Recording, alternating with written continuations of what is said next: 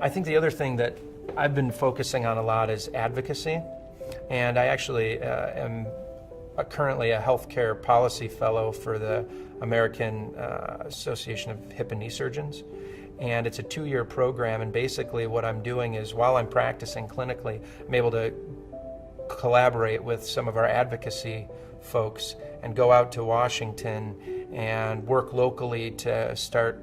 sort of better educating everybody about what's going on with all of this health care that you hear about. And regardless of your political ideology, I think it's fundamental that we as physicians actually are engaged in the process and understand the arguments on both sides of the table and actually kind of come together and help